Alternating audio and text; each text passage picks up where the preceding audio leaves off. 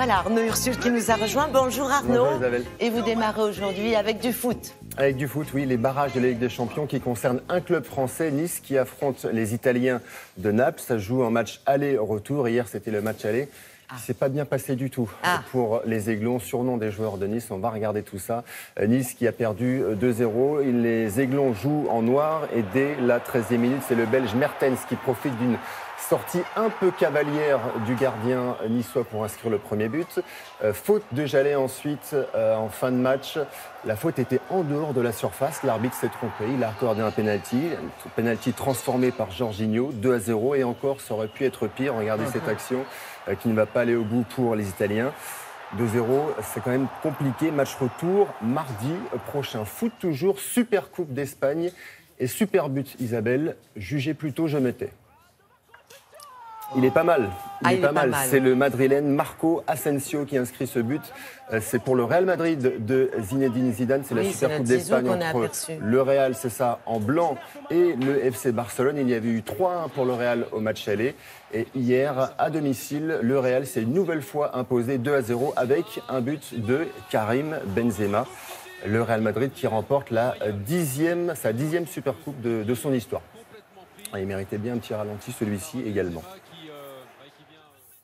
Ça, c'était côté foot. Donc, vous l'avez dit, le match retour, c'est mardi soir.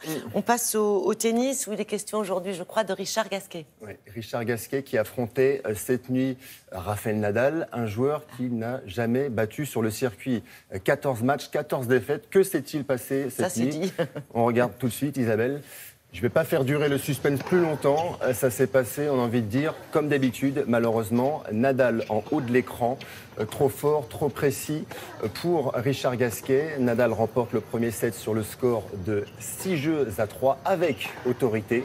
Dans le deuxième set, c'est à peine mieux pour le joueur biterrois qui va s'incliner là encore 6-4. Score final 6-3, 6-4 en un peu moins d'une heure et demie de jeu. Et c'est donc la 15e fois d'affilée que Richard Gasquet s'incline face à l'Espagnol. Et puis, chez les femmes, la déception aussi pour Alizé Cornet, dominée par cette joueuse Dominika Cibulkova, la Slovaque.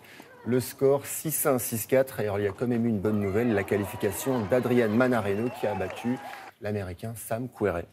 Petite question, vous qui êtes sportif, si on essaie de se mettre dans la tête de Richard Gasquet quand on a perdu 15 fois face à Nadal et qu'on doit jouer une prochaine fois contre Nadal, dans quel état d'esprit on peut se trouver ?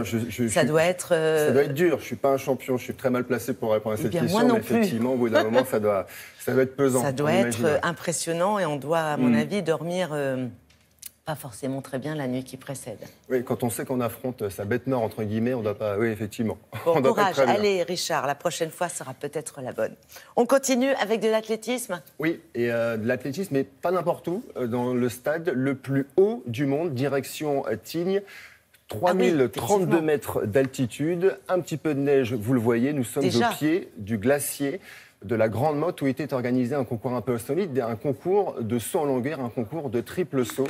Alors, les organisateurs voulaient du spectacle et ils imaginaient aussi des records du monde, profitant, vous savez, de cette sensation de légèreté qu'on peut ressentir à cette altitude. Oui. Il n'y a pas eu de record du monde, malheureusement, mais il y a eu de belles images et l'opération sera reconduite sans doute l'année prochaine.